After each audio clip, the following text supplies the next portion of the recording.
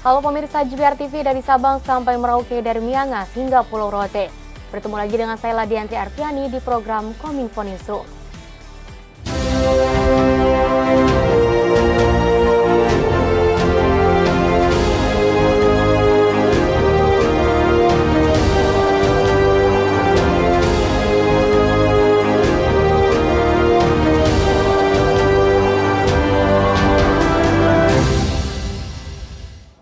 Mengawali informasi pertama pemirsa, pemindahan ibu kota negara dari Jakarta ke Kalimantan Timur akan segera dilaksanakan pada 2024 mendatang. Namun, mengapa ibu kota negara harus pindah ke tempat yang baru? Simak ulasan selengkapnya bersama rekan saya, Bilkis Sabilah. Baik, terima kasih Ladiantri. Mendamba kemajuan bangsa Indonesia melalui IKN. Ibu kota baru Indonesia bernama Nusantara, pemirsa. Ibu kota Nusantara atau disingkat IKN adalah ibu kota masa depan Indonesia yang akan diresmikan pada tanggal 17 Agustus 2024 bersamaan dengan perayaan Hari Kemerdekaan. Kota ini direncanakan akan menggantikan Jakarta, ibu kota negara sejak tahun 1945. Terletak di Penajem Pasir Utara yang saat ini menjadi bagian dari Provinsi Kalimantan Timur, kota ini diperkirakan dibangun di atas tanah seluas kurang lebih 256.142 hektar dengan menampilkan lanskap berbukit, hutan, dan juga teluk. Pembangunan infrastruktur dasar di IKN pun telah berjalan dan diprediksi membutuhkan waktu 15 hingga 20 tahun hingga pembangunannya selesai. Seperti apa progres tahapannya? Kita akan membahasnya kemudian.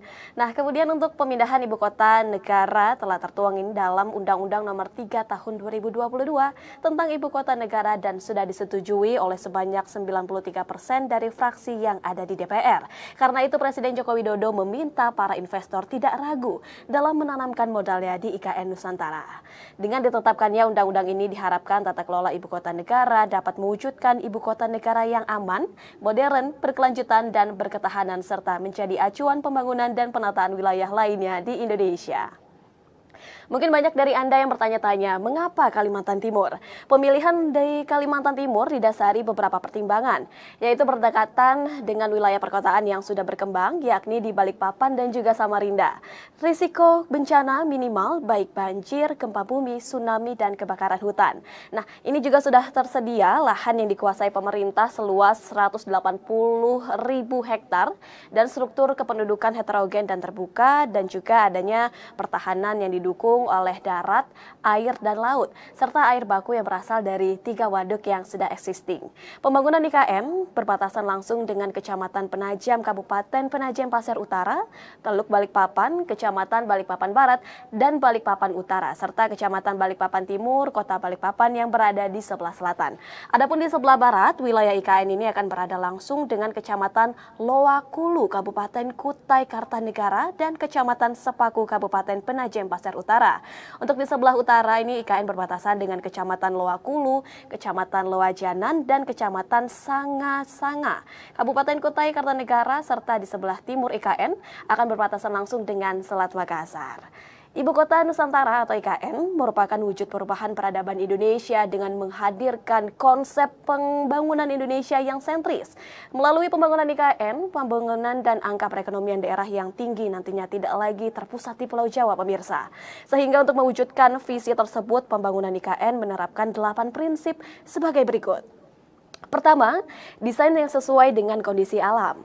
Kawasan IKN akan dibangun dengan persentase 70% kawasan hijau, dan untuk mewujudkan hal tersebut pemerintah menyiapkan pusat persemaian dengan luas lahan 15 hektar yang akan mampu menghijaukan kembali Kalimantan dengan penanaman berbagai jenis bibit tanaman.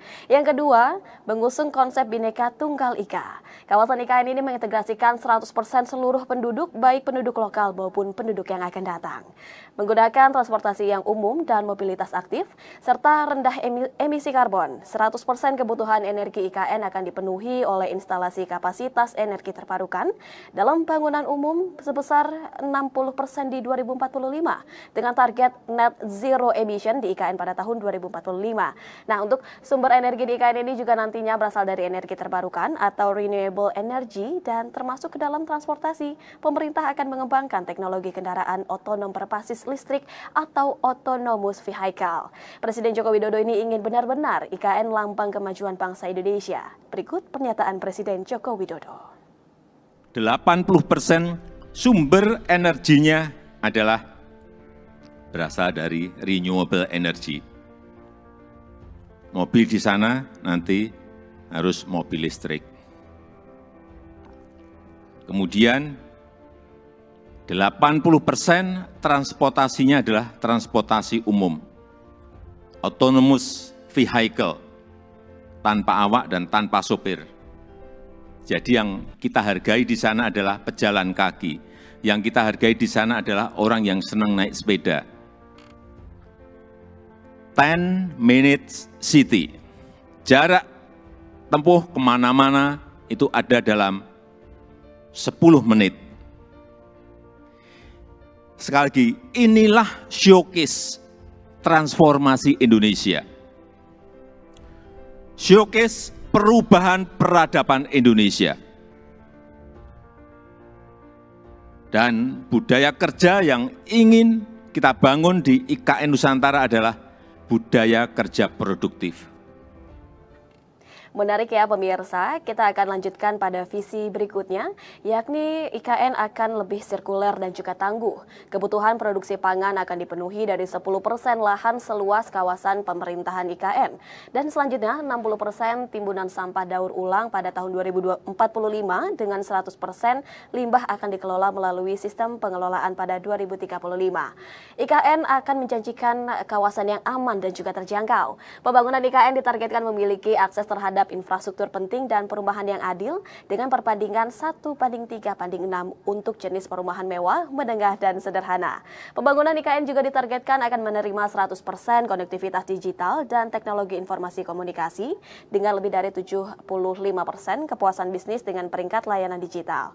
Target pembangunan IKN mencapai 0% kemiskinan pada tahun 2035 dengan PDB per kapita negara berpendapatan tinggi. Nah, pemirsa, IKN ini juga dinilai bisa mendorong percepatan pertumbuhan ekonomi nasional melalui 6 klaster ekonomi dan 2 klaster pendukung. Di antaranya, industri teknologi yang bersih, farmasi terintegrasi, industri pertanian yang berkelanjutan, ekowisata bahan kimia dan produk kimia, serta energi yang rendah karbon. Tidak sampai hanya di situ saja pemirsa, IKN ini juga diprediksi dapat mengembangkan ekonomi regional hingga 5 kali lipat dan menciptakan sekitar 4,3 hingga 4,8 juta lapangan pekerjaan di Kalimantan Timur pada tahun 2045. Diprediksi bahwa PDB Indonesia melalui IKN akan mencapai 180 miliar US dollar. Kepala Badan Otorita Ibu Kota Nusantara, Bapak Bambang Susantono, yang telah dilantik pada 10 Maret 2022 lalu, memastikan bahwa penduduk lokal di lokasi IKN akan menjadi bagian yang tidak terpisahkan dari pembangunan IKN itu sendiri. Untuk itu pihaknya akan mempersiapkan penduduk lokal dengan membekali mereka dengan berbagai pelatihan yang akan dibutuhkan nantinya. Nah, pemirsa, sampai saat ini sudah sejauh apa tahapan pembangunan IKN? Ya, progres pembangunan infrastruktur dasar di Ibu Kota Nusantara saat ini telah mencapai 30% dari yang ditargetkan. Kepala Badan Otorita mengatakan bahwa progres tersebut dikerjakan oleh Kementerian Pekerjaan Umum dan Perumahan Rakyat. Tahapan pembangunan IKN akan meliputi 5 tahapan yang dimulai dari tahun 2022 hingga tahun 2045 mendatang, tepat saat perayaan kemerdekaan Indonesia yang ke-100. Pembangunan IKN tahap pertama ada pada tahun 2022 hingga 2024, terbagi ke dalam 3 alur kerja besar, yakni pembangunan perkotaan, pembangunan infrastruktur, serta pembangunan ekonomi. Pada tahap ini pembangunan perumahan dalam bentuk rumah tapak ataupun unit apartemen disiapkan untuk ASN, TNI, Polri, dan BIN. Tahap kedua pada tahun 2024 hingga 2029, fasilitas transportasi umum primer maupun sekunder ditargetkan telah siap untuk digunakan. Sejumlah infrastruktur seperti angkutan umum massal, instalasi pengelolaan limbah, dan pengelolaan air minum ditargetkan akan rampung pada tahap ketiga, yakni pada tahun 2030 hingga 2034. Tidak hanya itu, fasilitas penunjang kota spons juga ditargetkan akan rampung pada tahap ini. Pada tahap keempat pemirsa, di tahun 2035 hingga 2040 ditandai dengan berkembangnya pesatnya bidang pendidikan dan kesehatan yang akan menjadi motor penggerak sektor ekonomi lain di IKN. Pada tahap kelima, tahun 2040 hingga 2045, IKN diharapkan telah mencapai puncak yang ditandai pengembangan industri berkelanjutan serta pertumbuhan penduduk yang stabil. Nah, kemudian untuk menghadirkan identitas visual IKN Kota Ramah Lingkungan lingkungan dan kota bagi semua pada 30 Mei 2023 lalu, logo pohon hayat terpilih menjadi logo ibu kota baru dari 5 nominasi yang ada. Logo pohon hayat itu dipilih lantaran memiliki filosofi yang sejalan dengan semangat pembangunan ibu kota baru. Logo IKN Nusantara, pohon hayat itu terdiri dari 5 akar pohon dengan 7 batang dan ada 17 kembang yang mekar. 5 akar di bagian bawah mewakili Pancasila, sedangkan 7 batang di bagian tengah ini mewakili wilayah Indonesia, serta 17 kelopak di bagian atas mewakili tanggal kemerdekaan Republik Indonesia. Presiden Joko Widodo juga menegaskan bahwa logo yang terpilih memperkuat ikhtiar usaha bersama untuk berkontribusi dalam percepatan pembangunan IKN Nusantara. Kita tentunya berharap pemirsa tahapan dan kontinuitas pemindahan ibu kota dapat kita lalui dengan lancar. Energi beragam komponen bangsa dapat kita sinergikan menjadi kekuatan dahsyat dalam mendukung terwujudnya kota masa depan yang berperan sebagai katalis kemajuan Indonesia dengan mewujudkan sebuah smart city yang ramah lingkungan, dan IKN diharapkan dapat menjadi magnet pertumbuhan ekonomi baru dan sentra inovasi dalam mengakselerasi Indonesia Maju 2045. Demikian Dian yang dapat saya sampaikan, kembali ke studio. Pemirsa, setelah jeda kami akan kembali dengan informasi lainnya, tetaplah di Kominfo Newsroom.